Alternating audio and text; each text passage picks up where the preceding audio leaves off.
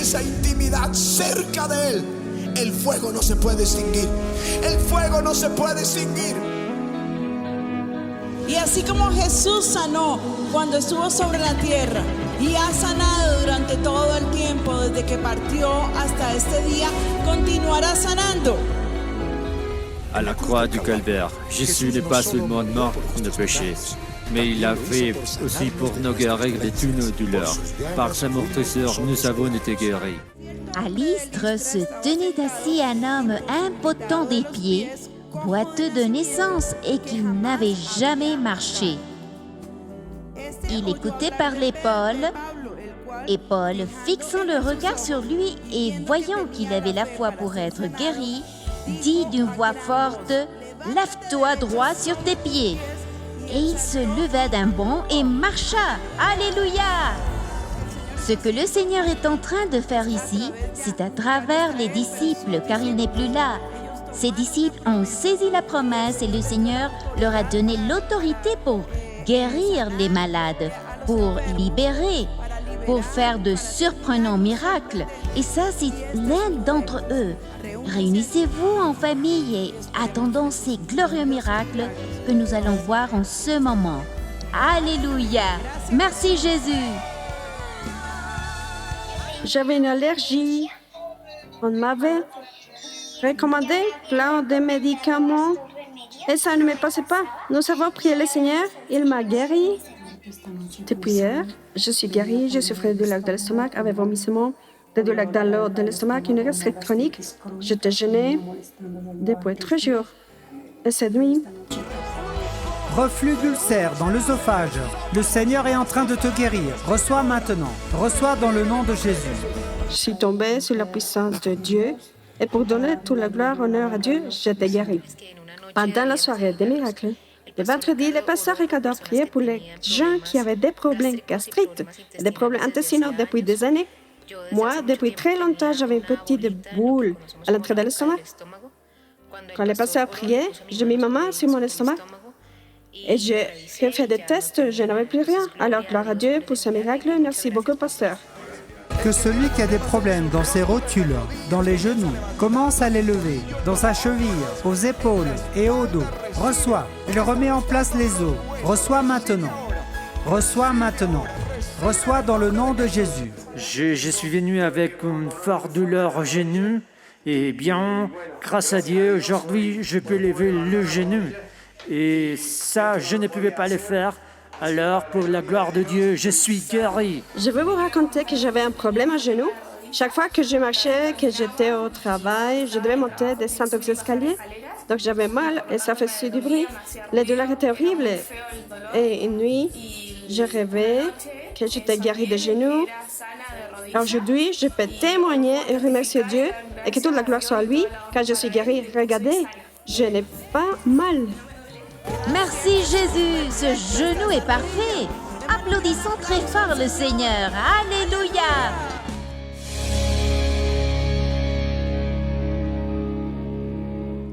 Si tu désires connaître plus de Jésus, savoir ce qu'il a fait pour toi et ce qu'il pourrait faire pour ta vie, alors prête une grande attention aux paroles suivantes.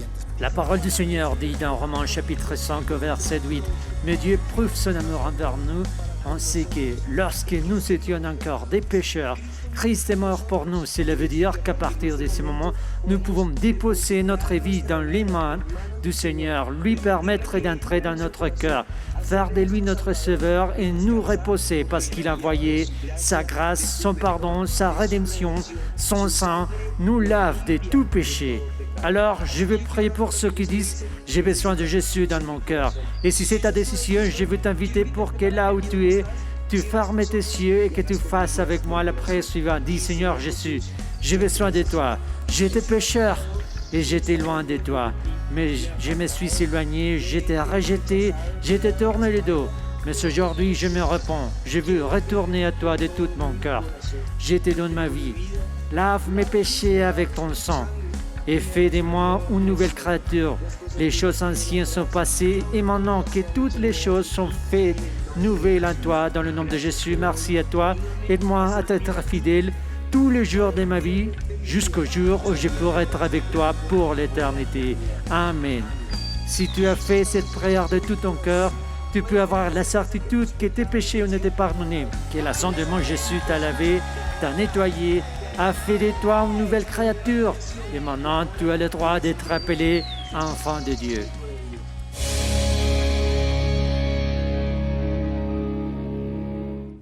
Dans ce qui suit, tu écouteras une puissante prédication qui édifiera ta vie. Et tu donneras la conviction dans ton âme que le Seigneur combattra toujours pour toi. Ne te distrais pas, parce qu'une seule parole peut changer ta vie pour toujours. Avec vous, le pasteur Ricardo Rodriguez. Alléluia, merci Seigneur. La parole dit ceci. Bon, tout commence au verset 12. Quand elle dit, le lendemain, après qu'ils furent sortis de Béthanie, Jésus eut faim, apercevant de loin un figuier, qui avait des feuilles. Il alla voir s'il y trouverait quelque chose, et s'en étant approché, il ne trouva que des feuilles, car ce n'était pas la saison des figues. Prenant alors la parole, il lui dit, que jamais personne ne mange de ton fruit. Et ses disciples l'entendirent. Verset 20. Le matin, en passant, le jour suivant, les disciples virent le figuier séché, jusqu'aux racines.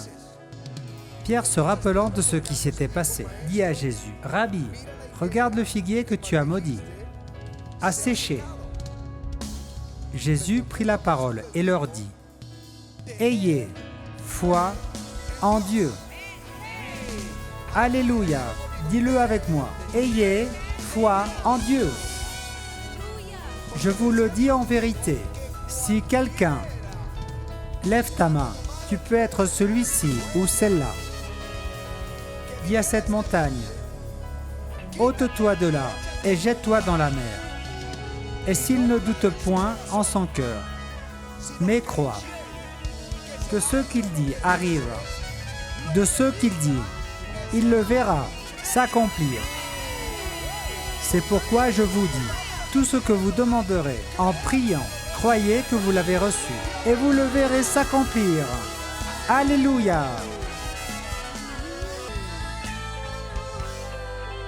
Alléluia! La foi qui vient de Dieu. Dis avec moi, la foi qui vient de Dieu. Ayez la foi de Dieu.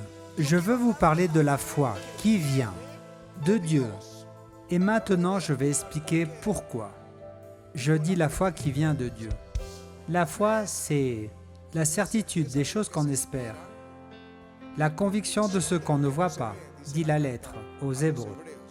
Le mot certitude ou hypostasis parle de substance.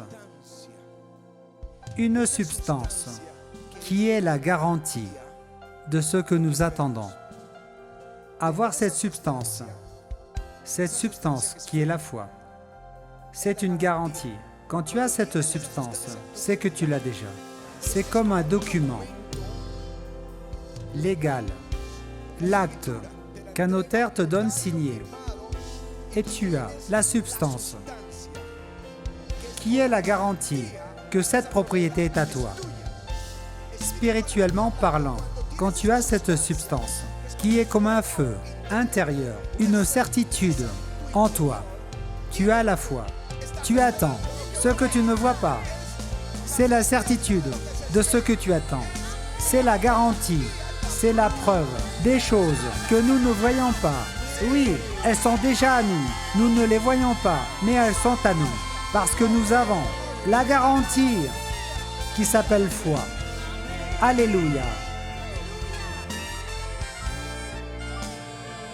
Cette substance vient quand tu entends la parole de Dieu. La foi vient de ce qu'on entend.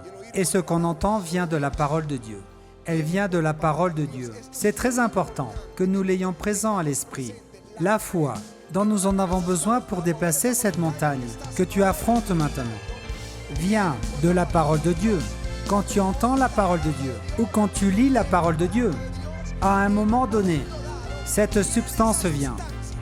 Et je le décris ainsi, comme un feu intérieur qui t'embrase. Et tu dis, oui, c'est à moi. Oui, ma bénédiction arrive. Oui, ma victoire arrive. Alléluia.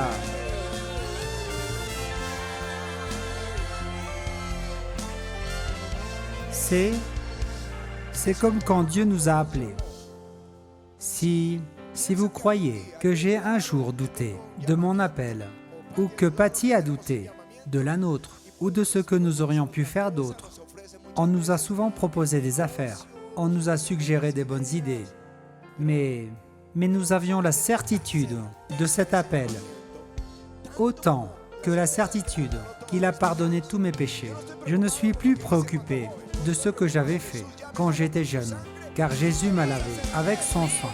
Et j'ai cette certitude en mon cœur qu'il a pardonné tous mes péchés. Et je l'ai depuis l'appel. Laissez-moi vous lire quelque chose ici qui dit à propos de la foi. Fixez les regards sur Jésus, l'auteur et le consommateur de la foi. Dis avec moi, l'auteur de la foi. La foi, tu ne la fabriques pas. Il n'y a pas de formule où tu mélanges une chose avec une autre pour créer la foi. La foi vient de Dieu. C'est pourquoi je parle de la foi qui vient de Dieu. L'auteur de la foi, c'est Jésus. Il est dit en hébreu que l'auteur de la foi, c'est Jésus. Tu ne la fabriques pas. La foi vient de Dieu. Alléluia. La foi vient de Dieu. Quand une parole de Dieu entre dans ton esprit et que tu dis « c'est à moi », car il t'a donné la substance et ton esprit s'embrasait. Alléluia. Qu'est-ce qui n'est pas la foi? À ne pas confondre avec la présomption, qui est un désir du cœur. Thomas, le jour où Jésus est ressuscité et apparaît au milieu des disciples, il leur donne ses instructions. Thomas n'était pas présent lors de cette réunion. Quand Thomas revient, il lui raconte « Nous avons vu le Seigneur ressuscité ». Et Thomas dit « Non, je ne crois pas. Si je ne mets pas ma main sur les clous, dans les trous des clous de ses mains, et que je mets ma main dans son côté, je ne vais pas croire. Non, je ne crois pas. Je ne crois pas. » Et les autres disent « Oui, nous avons vu le Seigneur. » Et il dit « Quoi? Non, je ne crois pas. » Qui parlait comme ça? Tu te souviens? Qui priait pour que son salaire soit doublé. Et on lui disait « Ils vont doubler ton salaire. » Et il disait « Quoi? Ce n'est pas vrai. Pourquoi pries-tu si tu ne crois pas? » Mais il a dit « Si je ne mets pas mon doigt là, je ne croirai pas. » Eh bien, Jésus apparaît 8 jours plus tard et dit à Thomas, « Paix à vous. Mets ici ton doigt, Thomas, et regarde mes mains.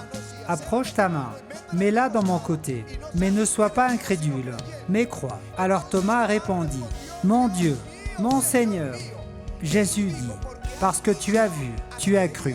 Bienheureux celui qui n'a pas vu et qui a cru. » Ainsi, croire quand tu as déjà vu, ce n'est pas la foi. Ce n'est pas la foi qui vient de Dieu. Quand l'augmentation de salaire ou la promotion est venue, il dit « Waouh, oui, aujourd'hui je crois. » Non, ceci n'est pas la foi. La foi, c'est quand tu ne vois pas. C'est la certitude de ce que tu ne vois pas. C'est la conviction de ce que tu espères. Alléluia. Alors tu pries pour une maison. Dieu te donne la maison. Oui, maintenant je crois. Ceci n'est pas la foi. Ceci n'est pas la foi. C'est de la gratitude. C'est de la joie. Mais ce n'est pas de la foi. La foi est la certitude de ce que tu espères. C'est la conviction de ce que tu ne vois pas. Il y a quelque chose de plus qui n'est pas la foi et qui est très habituel chez les croyants. C'est de manipuler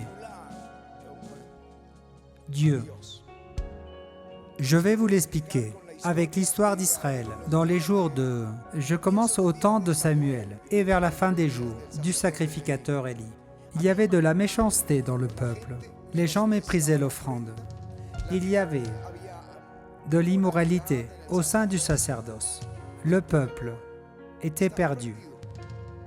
Et il n'y avait plus la voix de Dieu. Et s'il n'y a pas de voix de Dieu, il n'y a pas de foi. Parce que la foi vient de ce que l'on entend, de la parole de Dieu. Dans cette période, il y eut une guerre contre les Philistins. Israël sortit pour faire la guerre. ils perdirent 4000 de leurs soldats et rentrèrent en disant « Pourquoi Dieu nous a-t-il abandonnés ?» La vraie question est « Pourquoi avons-nous abandonné Dieu ?» Mais pourquoi Dieu nous a-t-il abandonnés?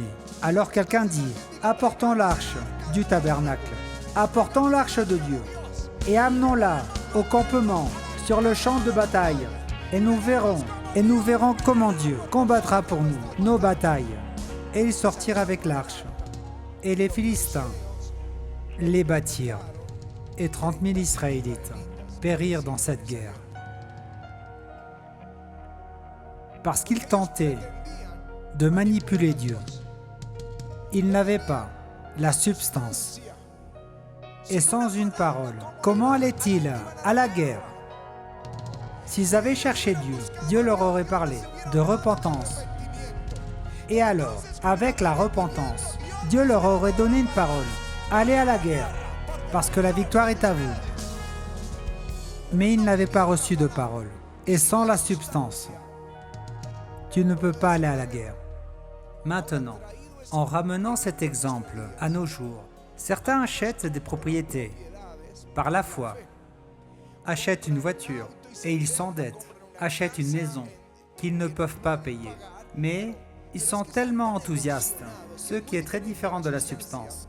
Ils sont tellement enthousiastes qu'ils disent « Dieu va nous aider, par la foi, Dieu va nous aider. » Et ceci, c'est de la manipulation, c'est faire de la pression sur Dieu. C'est pourquoi la parole de Dieu est si importante. Parce que la parole de Dieu dit « C'est l'épée à double tranchant qui sépare l'âme de l'esprit, c'est-à-dire qu'elle sépare l'âme qui sont les émotions, l'intellect, la volonté d'un côté, et elle ravive l'esprit de l'autre côté. Ceci est la foi. La parole de Dieu vient, et elle ravive l'esprit. Pas les émotions, l'esprit.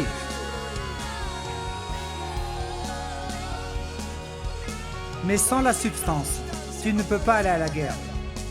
Cela s'appelle tenter Dieu, acheter quand tu ne peux pas, si Dieu ne t'a pas donné une parole.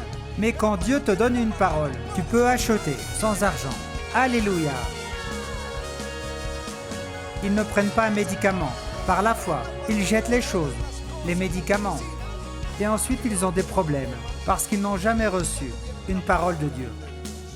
Mais comment donc vient la foi? Romains 4, qui a été l'autre verset que je vous ai partagé. Aujourd'hui, c'est le temps de l'enseignement. Romains 4.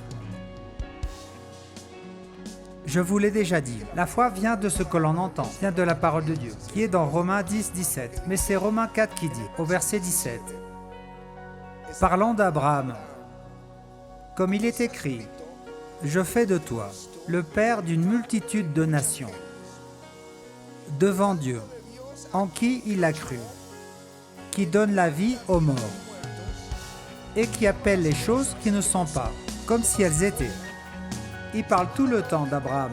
Il a cru, en espérance, contre toute espérance, en sorte qu'il devint père d'un grand nombre de nations, selon ce qui lui avait été dit. Telle sera ta postérité. Et sans faiblir dans la foi, il ne considéra point que son corps était déjà usé, puisqu'il avait près de 100 ans, et que Sarah n'était plus en état d'avoir des enfants. Il ne douta point par incrédulité au sujet de la promesse de Dieu, mais il fut fortifié par la foi, donnant gloire à Dieu, ayant la pleine conviction que ce qu'il promet, il peut aussi l'accomplir. Amen, amen. Maintenant, regardez ce qui est dit ici. Selon ce qui lui avait été dit, il crut, espérant contre toute espérance, en sorte qu'il devint le père d'un grand nombre de nations. Selon ce qui lui avait été dit, Dieu lui avait déjà donné une parole. Il avait une parole. Là, c'est la foi. Dieu lui dit, ta descendance sera comme les étoiles du ciel. Et quand la parole vient, la foi vient. La foi vient en entendant la parole de Dieu. Dieu envoie une parole et la foi vient aussitôt sur ta vie et te saisit. Tu as la foi et elle te soutient en espérance contre toute espérance, selon ce qui lui avait été dit. Alléluia. Maintenant, ce n'est pas le moment de dire J'ai une foi aveugle. Non, c'est une foi avec les yeux grands ouverts, fixés sur la parole de Dieu. Dans l'une des batailles d'Israël, qui se trouve dans le second livre des Chroniques, chapitre 20, contre Moab et Ammon. Le roi Josaphat et tous les Juifs se prosternent et commencent à prier durant toute la journée. Ils ne mangèrent même pas, ils jeûnèrent toute la journée, parce que les armées ennemies avaient encerclé la ville, venant vers Jérusalem. Et, au début de la soirée, un sacrificateur se lève et donne une parole prophétique au peuple et lui dit « Soyez attentifs, tout Juda, et vous habitants de Jérusalem, et toi, roi Josaphat, ne craignez point et ne vous effrayez point devant cette multitude nombreuse, car ce ne sera pas vous qui combattrez, ce sera Dieu. Ah. Vous n'aurez point à combattre dans cette affaire. Tenez-vous là, et vous verrez la délivrance que l'Éternel vous accordera. Alléluia. Ils avaient une parole. Ils avaient une parole. Et pour cela, ils commencèrent à adorer Dieu. Et Dieu seul combattit contre leurs ennemis. Alléluia. Donc, cet Abraham avait reçu une parole. Il a cru la parole et son nom fut changé. Le Seigneur lui dit, ton nom ne sera plus Abraham, Abraham, en hébreu, qui signifie Père élevé. Mais ton nom sera Abraham, qui signifie Père de multitudes. Dieu a changé son nom. Il commença à s'appeler comme Dieu l'appelait. Ceci est la foi.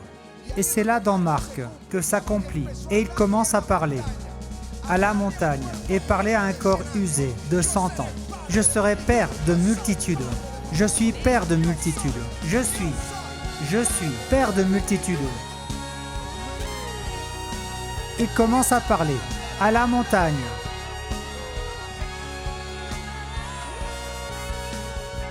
Ce ministère s'appelait Restauration. Mais quand le Seigneur a dit « Changez le nom et je commencerai à amener les multitudes et les pasteurs des nations », cette même nuit, nous avons changé le nom en Centre mondial de réveil. Centre de réveil pour les nations et ensuite Centre mondial de réveil. Pour commencer par appeler une église de 400 à 600 personnes, à l'appeler le Centre mondial d'un réveil. Centre mondial. Et le déclarer avec cette foi à la montagne, déclarer à la montagne, avoir la foi qui vient de Dieu et le déclarer avec cette foi à la montagne. Alléluia.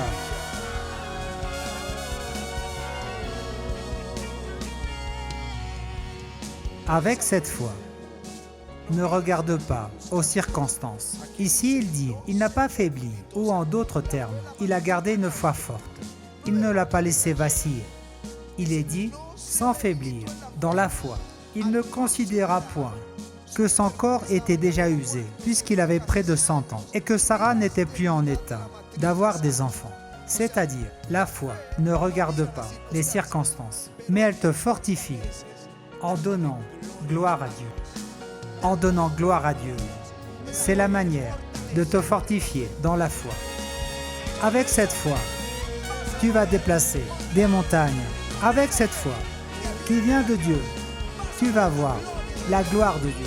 Tu vas fermer la gueule des lions. Tu vas faire fuir des armées. Tu vas recevoir de la force au milieu de la faiblesse. Alléluia. Tu vas éteindre des feux impétueux. Tu marcheras sur les eaux et tu ne t'enfonceras pas. Tu marcheras dans le feu et tu ne brûleras pas. Tu vas acheter quand personne n'achète. Tu vas vendre quand personne ne vend. Tu seras promu quand tous seront licenciés. Alléluia. Tu auras de la joie quand tous pleureront, de l'espérance quand personne n'aura de la foi. Ce sont les seuls qui avancent. Pourquoi avancent-ils? Parce qu'ils ont la foi de Dieu. Ils avancent parce qu'ils ont la foi qui vient de Dieu. Merci Seigneur Jésus, parce que tu nous amènes à croire avec une foi nouvelle, une foi différente, avec la foi de Dieu, avec la foi en toi Seigneur. Et je crie à toi que tu ôtes la crainte. Je te supplie d'ôter de nous la peur, parce que la peur vole la foi, la peur vole les promesses. Et on dirait que ça peut arriver à d'autres, mais pas à moi. Arrache cela de notre cœur, parce que plus que jamais, nous avons besoin d'activer notre foi. Pas une foi fabriquée, mais activée par ta parole, par tes promesses, Seigneur. Je te demande de nous rappeler tes promesses pour nous aider à passer de l'autre côté, parce que tes promesses sont ta parole. Et c'est cette parole, qu'en l'entendant, va élever notre foi. Aide-nous ce soir, Seigneur. Aide-nous à vaincre, à pouvoir aller à la bataille, à pouvoir lutter contre notre ennemi. Et Seigneur, je prie pour tous ceux qui sont à la maison. Je crie vers toi, Seigneur, pour que ta paix vienne sur eux. Je t'implore pour qu'ils puissent connaître les promesses et s'en rappeler, et te rappeler les promesses que tu leur as faites, que tu nous as faites, et que nous puissions aussi comprendre que le temps de sortir est proche, et que bientôt passera tout ceci aussi. Cette pandémie passera elle aussi bientôt. Je te supplie pour ceux qui se sont affaiblis là au cours du confinement. Je t'implore, Seigneur, pour ceux qui ont perdu leur emploi. Et eux, peut-être, se disent, et moi, maintenant, que vais-je faire? Donne-leur la confiance, Seigneur, et donne-leur la certitude que tu es avec nous et que tu es là avec chacun de nous, Seigneur, pour que nous puissions nous fortifier et voir ces miracles entrer, Seigneur, en ce moment où nous sommes en train de voir miracle après miracle, où de manière surnaturelle tu viens remplir nos placards parce que tu es ce Dieu. Tu es celui qui peut accomplir. Tu es le seul qui puisse faire ces merveilleux miracles. Dans le nom de Jésus. Merci Seigneur. Merci Seigneur. Merci Jésus.